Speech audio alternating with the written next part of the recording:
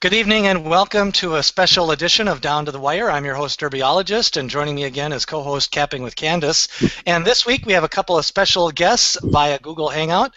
And joining us from Winnipeg is Rob. Rob, good evening. How's it going? Great, great. Glad to have you on tonight's show. And joining us from Del Mar, California is Matt. Matt, how are you tonight? Good. How you guys doing? Great, great. Thanks for responding and joining us on Down to the Wire. Candace is going to be pushing all the buttons in the background. And we did this last year, Rob and Matt, where, a lot of times me and Candace are doing this, quite a few weeks in a row, and we talk every week, and we kind of start to see some of the same things and maybe start to look at some of the races the same way. And what we try to do is, we thought we'd bring in Rob and Matt here so we can kind of get a little bit different opinion and kind of get a discussion going on some of the factors of the Kentucky Derby, not necessarily picking the winners, but just talking about some of the factors that you look at, some of the things that you think maybe are overrated. So just kind of a fun way of looking at the Kentucky Derby and maybe kind of getting people kind of spurred on to, if they're handicapped, what do they say? Insanity is doing the same thing over and over. So if you're handicapping the same way and getting bad results, maybe you can kind of pick up a couple of pointers from one of our panel members tonight. But let's start right away going into the Derby. And I think one of the things that factors every year, Rob, is the pace of the Derby. What are some of the things that you kind of look at in determining the pace, and how do you kind of see the overall pace of this Derby? I gotta think this is going to be a quicker Derby. I don't know if it'll be 44-4 like 01, but it'll be somewhere 45-2, 45-3, because there's a bunch of them that want to go. But this year more than ever, it seems like the horses that are like the legit top contenders all want to be right up close to the pace. And it's going to be interesting to see which one of them can take back effectively, because it's probably going to be that style that makes it a winning effort. So a horse like Dortmund or American Pharoah or Carpe Diem who takes back, that might be their best chances at getting up into one of these duels, like we've seen some of these favorites get beat by. Matt, how do you look at pace for the Kentucky Derby? Well, I mean, I look obviously at the fractional times, and a horse like Stanford, he's going to the front, but he's going to the front, but he getting an easy lead. Same thing with Ocho in the Toyota Bluegrass. Just because he went to the front doesn't mean he's going to the front. Those two horses aren't quicker than Dortmund or American Pharoah. So I look at things like that to try to predict who's going to go to the front, who might take back and rate. And another thing, too, I think that's going to be really big in this Derby is post positions. If American Pharoah, let's just say he draws an inside post position, Victor may have to send him. But if he draws, the 15 hole, he has a little bit, there's more options there. So that's how I look at this year's Derby in terms of pace. Overall, Matt, do you think it's going to be a fast pace or average, or what's kind of the pace gauge that you're seeing right now? I think it's going to be a good pace. I think it'll be quicker than last year. I don't think anybody's going to pull a Spanish chestnut and try to go 45 flat. But I would say if you had like a time, maybe 46, low 46. I think it'll be a solid pace, but I don't think there are going to be 5 of them going out there. I think it's going to be like 2 by 3, but they're going to be going at a good pace. Candace, what are some of your early thoughts on the pace of this year's Derby? I think I kind of meshed some of both Rob and Matt's ideas together. When I look at both Dortmund and American Pharoah, and both of them today, I watched all of their races in a row, and I don't think either of them could sit that far back. They just have an abundance of natural speed. Their weapon is that they both run at a very high cruising speed. So even though mentally they can handle not being on the lead per se, they have so much speed that they're going to be close no matter what. So I do think that, it is an interesting year in that, like Rob said, most of the favorites have shown kind of front-running styles, and I think this is a little bit of what we're starting to see now that we don't have the sprinters in this race like we used to see before the point system emerged. I don't see them going very, very fast out front, but I definitely think it'll be contested, and contested among some of the favorites, which makes me, maybe use one of them, but look a little bit more towards horses who have shown a little bit more of a tractable running style to this point. When actually handicapping the race, Matt, what are some of the things that you look at that maybe you emphasize more that you don't normally emphasize when you're just handicapping the 5th race at Santa Anita? Well, one thing I do look for is horses that can relax, horses that are okay with adapting, horses that can take that dirt in their face. So a horse like American Pharoah, I actually really like his demeanor. I think he's a very relaxed horse when he runs, and I think that's going to help him. I thought it was interesting, like in the Arkansas Derby, where he took back and he really did it effortlessly. I mean, someone went to the front, and he sort of was just like, okay, I'll just chill back here, and when Victor tells me to go, then I go. So I like to look for something like that. I don't really emphasize that when just, handicapping a normal race like the 5th race at Santa Anita. But if you can find a horse that's comfortable and that can adapt and deal with all that pressure and all that stuff going around, I think that's huge. So I guess you could call it mental toughness. What about pedigree? Does that play? Do you actually factor that in more, or no more, or no less? You hear a lot of the pedigrees talk around the Derby time. I do look at the pedigrees. I was much more concerned about the pedigrees until California Chrome won last year, and that really sort of put a light bulb on, because that horse is bred to go 5-6 furlongs. So in terms of pedigree, there was no way he could have won the Kentucky Derby, but he did. So this year I really look for more so in terms of distance. When we look at pedigree, you look at can they get the 1.25 miles. Now I like to really look at them visually and say, based on how they're running, when you're just watching it, does it look like they can go another furlong? But at the same time, I do very much look at the pedigree. A horse like El Caber, for example, he's one that I take into consideration. Scat Daddies aren't really classic distance horses. So although maybe it looks like he can go on, he's one that maybe can't go on. So I do look at pedigrees, but I also like to mesh whether visually they can move forward. Rob, how about you? When you lay out your past performances, what do you kind of look at first? I'm more of a pace kind of guy. So the first thing I'm going to figure out is whether how the race is kind of going to set up and what they're going to want to try to do.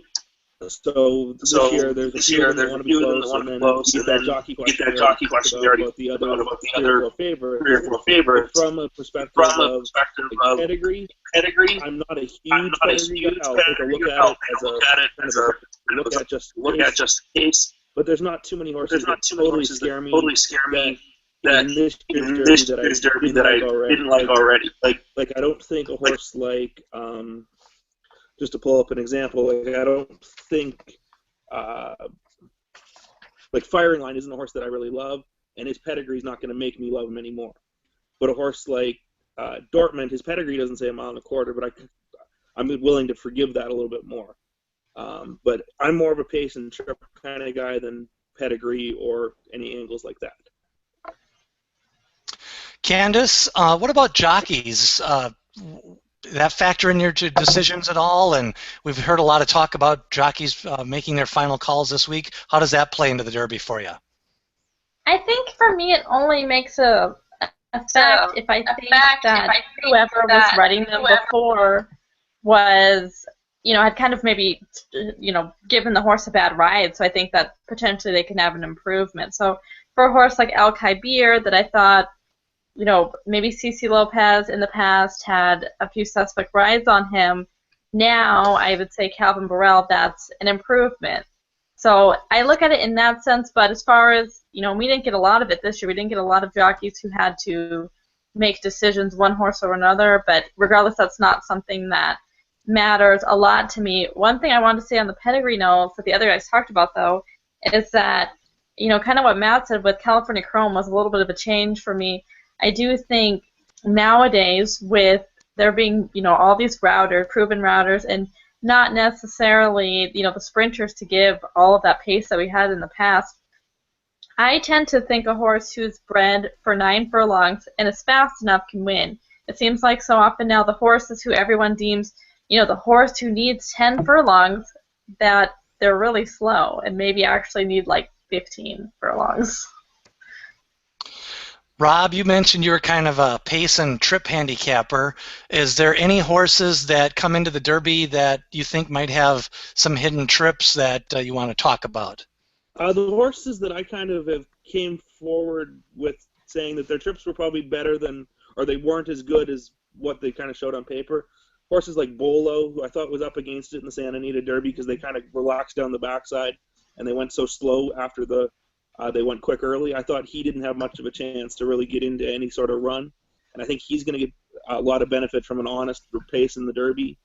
And then a horse like Far Right, I thought had no excuse because of his trip, where he has the big fast pace in the Arkansas Derby to run at, and he really doesn't make up that much ground on a horse that kind of had to run a lot closer to the pace. So I think there's horses that benefit from trips and a horse like Far Right that didn't.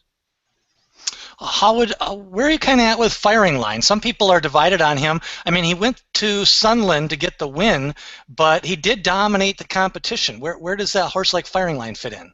I thought that race was really, really weak, and I didn't really think that he's a 10 furlong horse would be my biggest concern with him, just because that race did not come back. Like that race didn't impress me all that much, even though he won by 14 geared down. Even looking at like the Lewis and stuff, when you come back to those races, Dortmund was going by a lot further than he was. And Firing Line in the last 16th, the last 8th was getting weary. So now you're going to have to add an extra furlong off probably 6 weeks instead of 3 or 4, like some of these other horses, 4 or 5. Matt, this year the Triple Crown Trail has been pretty formful. We saw basically all of the prep winners are coming in off of wins. How do you kind of separate that out as a handicapper? I mean, everybody seems, I mean, you got Frosted, you got Materiality, Firing Line, American Pharoah. How do you determine which was better than whom, since nobody really faced each other yet? Well, that's an interesting point you put up there, and also because it seems like this year we have horses who, there's 1 or 2 horses in every prep race that are just much better than everybody else. I would say the Wood Memorial is probably the exception, and maybe the Louisiana Derby. In terms of like the Arkansas Derby, obviously the American Pharoah, Firing Line in the Sunland Park Derby, and Dortmund in the Santa Anita Derby. I just sort of look and see, this is another thing, looking at visually, how are they going? What's the pace like? Can they deal with adversity? Dortmund, for example, I was really impressed with in a race like Robert Lewis because he had to fight back against Firing Line, who's probably very good at a mile and a 16th. And a horse like Frosted, who had no pace to run into in the Wood Memorial, and he won the race anyway. I mean, that was a race that set up perfectly for Tensendor, and he just couldn't hold on. So I look for the trip. I look for a good trip, or a horse that maybe didn't have such a great trip and won, and try to separate that, and finally how they come home.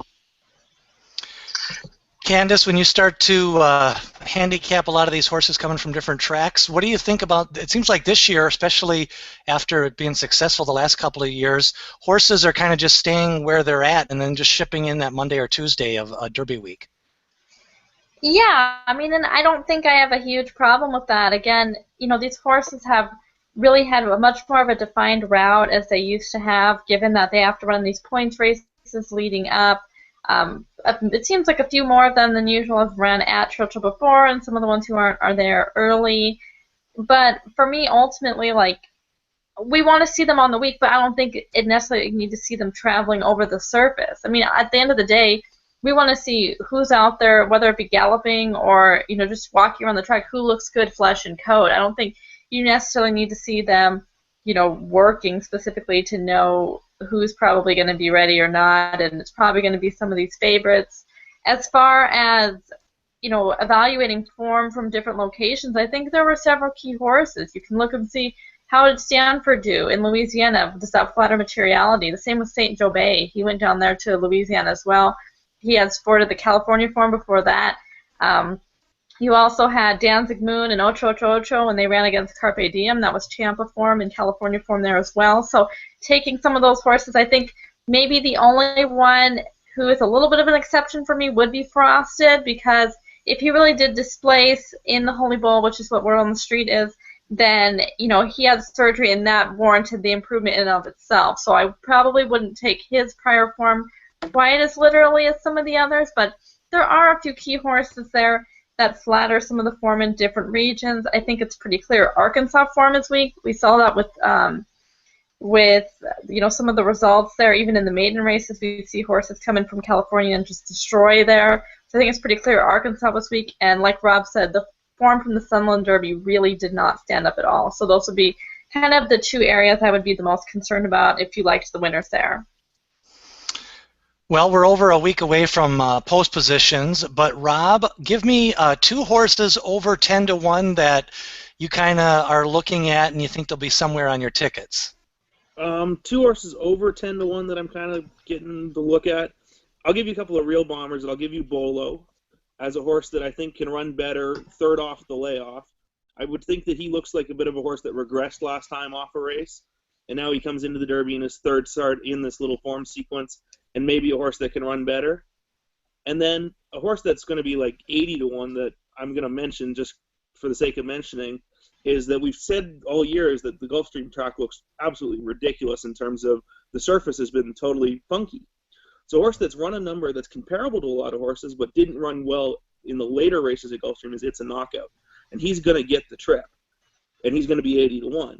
And he's ran a race that's comparable to some of these in his other than win. So maybe as a horse to throw in for third and fourth in your tries and supers, as a horse that might just take to the racetrack. Matt, give me a couple of 10-1s that you're kind of looking at right now early on. Well, one who could really throw a commanding curve out there is Keen Ice if he did get in the race. He's been beaten very, he has been competitive in his prep races, but if maybe something ridiculous happens, if they go too fast and he can just pass a bunch of tired horses, I think he's one that at just astronomical odds you can at least take a shot with. Another one, I don't know if he's going to go off at 10-1 is Mubtahish. I know Candace has talked a lot about him on Twitter. I like him. I think he's very good. I think it'll be very, very difficult for him to win a race like this, coming from the UAE and facing the best that we have here. But I do think he's legit. Mike DeCock has never sent a horse over to America and finished off the board. Every time he's sent a horse here, they run well. So I trust that he knows what he's doing. I think the horse is going to get a good trip because he's going to be using his closing role to try to run into the fast pace, and I think he can run a really nice race. Candace, give me a couple of 10-1 shots that you're kind of early on scoping out. Not Matt's horses. I think, for me, the Keen Ice phenomenon is one I don't understand because I just don't think he's shown. I don't think he's shown anything on the track to back up his pedigree that he even wants further. He's never it's not like Commanding Curve where last year down in Louisiana he showed he wanted 10 furlongs in the Louisiana Derby. I didn't see that with Keen Ice. Mubtahish, there's a lot to like about him. I think you just have to take a stand whether he's good enough or not, and I just don't think he's good enough. But for me, I have a few. I still like Upstart so long as he looks well at the track prior to the Derby, like the week of, since we know he had a little bit of a setback with his illness. But so long as he looks good, everything about him that he's done to this point on the racetrack, I like. So he would be one I would use. Again, a horse who is tractable. He's won from being pulled back and making one sustained run. He's run while being forward. He's won from the lead. So very versatile type, which is what I like. I also like El Khaibir. I know Matt said he doesn't think he'll stay. I loved his Wood Memorial. I said on Twitter, if I had a horse going to the Derby, I would have wanted him to run exactly how El Khaibir did. I think he just shaped so well in there. Absolutely perfect prep race, and I think he definitely stays the trip.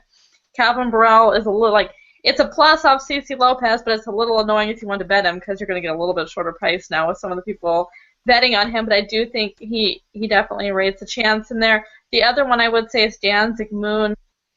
As bad as he ran at Tampa Bay, which I think was really disappointing to me, that form has since really stood up with him and Divining Rod and Carpe Diem. So I don't know if the track was playing weird that day or whatnot, but that form from Tampa Bay has actually turned out to be one of the stronger races, in my opinion. So Danzig Moon is one. But I think all those, you're kind of maybe looking for shots underneath. Not that I can't necessarily see any of them as huge win threats, but ones who can go close. Rob, a little bit your quick thoughts on materiality of the Curse of Apollo and the Curse of Dubai. Are they real or figments of our imagination? Well, they're both statistically proven, so I guess they can't really be figments. But Materiality is a horse that kind of, again, we've said the Gulfstream track was weird. He ran well. He beat Upstart. He beat Stanford. I think he's going to have a trouble rating. He hasn't shown he can do it yet. So he's going to be another one that kind of gets hooked up early. And Move to His is just this total X factor that you can either say he's going to win, he's going to run a horribly late closing fourth, or he's going to run about 17th. So he's one of those horses that you just have to either take a stand with or defensively use, maybe. Might be the strategy I have with him. I don't think I like either of them overly compared to some of them, but I think they're slightly usable defensively more than anything. And Matt, I know you've already talked a little bit about the Dubai horse, but what's your thought on Apollo and Materiality and that whole scene?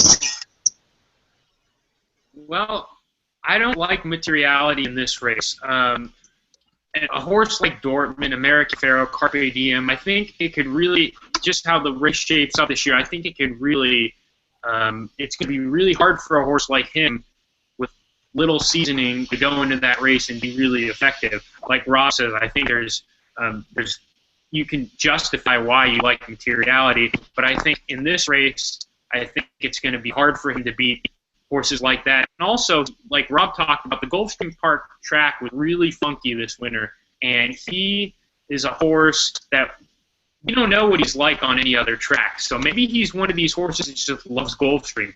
We're going to find out more at Churchill. In terms of the Apollo curse, the only horse that I can think of that was close to the Apollo curse that ended up winning was Big Brown. I mean, he ran in the summertime, then he took a bunch of time off, so he was like as close to an unraced 3-year-old as you could come. But again, he was so good compared to everyone else in his crop. I think the Apollo curse, I think, is real. I think that it's very difficult for a horse that hasn't raced at 2 to come out and win against horses that are more established. But I think it'll happen at some point, and I think you need to get the right crop to do it with. Let's take a look at some tosses now. Candace, pick one of the top 4 or 5 favorites that you're not going to be playing on your tickets.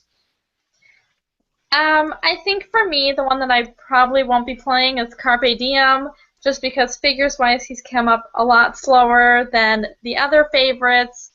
And, you know, he's one who I think you can argue has really gotten some of the easiest trips and against some, you know, pretty weak fields. I'm tempted to not use American Pharoah either, just because I don't rate the Arkansas form at all. But if he's looking really good on the day, I might end up putting him in. I'm a little more worried about him. I think of the favorites, Carpe Diem is definitely the one that I'm comfortable with not having on the top slot of my ticket.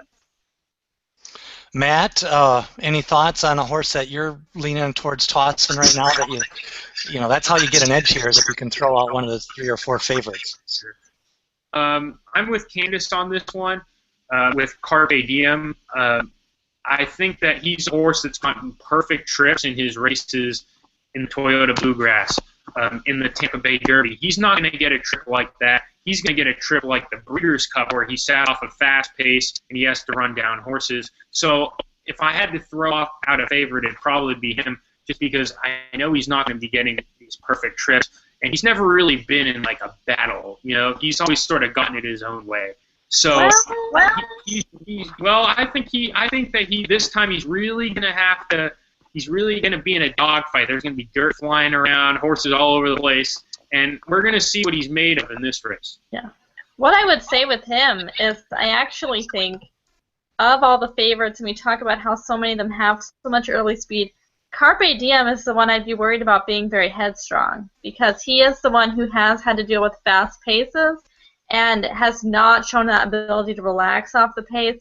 You know, Matt says he hasn't been in a battle, which isn't totally true. I watched his maiden race today, and he dueled all the way up to the far turn, put that horse away, and then someone came at the end that he put. It was the horse that ended up winning, Ready for Rye. He came at him late, and then he put him away late. So it actually was a really nice maiden race, but then now going back and seeing that, and then seeing his Breeders' Cup Juvenile run, I would say of those favorites, if it is contested up front, which is what I think we'd expect, he's kind of the one I'm worried about really getting himself caught up in that type of a situation. Rob, is there a horse that you're going to try to toss? I know you like Bolos, so you got to toss somebody. I kind of agree with the other two, with Matt and Candace on Carpe Diem. He's kind of a concern for me. The only thing is if you think that if Ocho comes out or something and the pace is going to slow down, I think Carpe Diem becomes more and more likable. The horse that actually kind of scares me is American Pharoah. Here's a horse that's never really been grabbed. Like, he's never really had to look a horse in the eye. And we ended up watching Bellamy Road's Derby. And Bellamy Road starting to remind me of American Pharoah, and it's a horrible comparison to make. But here's a horse that's dominated 4 races, and nobody's had to look at this horse in the eye. So when Dortmund or one of these horses looks him in the eye and he's got to battle a little bit, he might just spit the bit and say, hey, I'm going home. Screw you guys. Yeah. So here's a horse that's going to be 2-1, maybe 5-2, and you can throw out and say, here's the first time he's really going to get tested. We see this a lot up here with horses that are like the breeds and stuff. They're way, way better. Then they see the open horses and they get hooked for the first time and they get beat. They just go backwards. So this is a horse that he's got to do this for the first time. And Dortmund definitely has done it before. Favorite bets on the Derby? Matt, is there a particular bet that you're going to put a little bit more into your bankroll, or at the end of the day, if you can cash one ticket, how do you kind of like play the race? Would this include the Oaks Woodford Reserve Derby? Yep, it includes anything and everything. Okay, I'm going to definitely talk about this one because I know for a fact I'll be playing this. And it's interesting because last year we had Wise Dan in the Woodford Reserve. We had Untappable. Both of them were singles on a lot of people's tickets. This year we have a very wide open Oaks. The Woodford Reserve, I don't know all the horses. I've seen 4 probables. But in the Kentucky Derby, I'm going to probably spread a little more in the Oaks, and then in the Kentucky Derby go with 3 or 4, maybe 4. And probably add a long shot in there, like a Mupahij, and then put Dortmund and American Pharoah. But I think that type of wager is hard to. It's hard to, keep it not costly unless you just have to. It's your budget because the races are so much wide open. But and in terms of an exotics, I would have to say you'd have to throw on some long shot like Rob going with Bolo or Candace going with Danzigman because those are the things that make or break your tickets. Rob, do you have a bankroll play that you kind of use for the Derby, or how do you allocate your bankroll? I'm going to probably have the pick 4 that comes through the Derby, and I don't know if it'll be the one that ends in the other than after it or if it ends in the Derby itself. It kind of depends on, like, the Churchill Downs handicap. If it's in the sequence, it's going to be a shorter field with Bayern. So you're going to sit there and decide, well, is Bayern this lock going 7/8? Or, like, so maybe you get a free space there, and you can go 8 or 10 and 12 deep in the Derby and hope there's a meltdown. Or you can go the other way and say, here's a horse I like say, if you like Frosted, you can play Frosted in first and second and spend $48 keying him in tries with some of the logical horses and then some bombs. So I would think that depending on how the pick 4 goes for me, and depending on how much I like Bayern, which might end up being the free space, that'll determine how I play that. But I could definitely see myself finding horse to key in first and second for playing a triactor. Would be probably the way I end up going most years. Candace, how are you going to kind of allocate your bankroll? For me, I think I'm pretty similar to Matt in the Oaks, Woodford Reserve, Derby, pick 3. Now that we don't have Wise Dan, I can have like a party hat and confetti going for that because it's bettable now. And, I still think, at least from what I've seen from the probables, I still think the Woodford Reserve's a pretty weak race. I think you can take a stand and single there. And DeCock has a runner coming over who is not very good, so I expect him to take lots of money, and I'll be super against him. So it still looks a pretty good betting race to me. And I know for me in the Oaks, and you and I have talked about this, Craig, but we're pretty against I'm a Chatterbox, who might end up being the favorite there. So I could probably get away with going, 2 deep with Stellar Wind and Ocean Wave. So that gives me a little bit of room to play the Derby, maybe 4 or 5 deep, and still turn a profit here. So that's definitely one that I'm looking forward to because last year there was nothing we could do, but didn't even bet it at all. All right, we're going to wrap up our roundtable. Rob, what's it like on Derby Day at Assiniboia Downs? Give us a little bit of the feel and atmosphere. It's one of the more busy days of the year for simulcast, save the Breeders' Cup pretty much, but every TV in the place ends up being on the Derby. The sound goes way up. It's normally pretty packed in, and there's people joining together to make bets, and lots of noise going on. So it's actually a decently fun experience. Some people can't last the full day. Like, it gets a little late for some people starting at 10 in the morning because I know the card starts early, but in past years we've had opening day on Derby Day. So it's been a real marathon of a day, but this year we start the week later.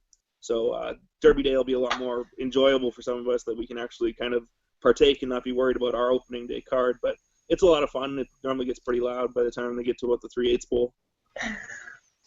I can tell you at Canterbury in Minnesota that they get about 8,000 people, and live racing's not going on.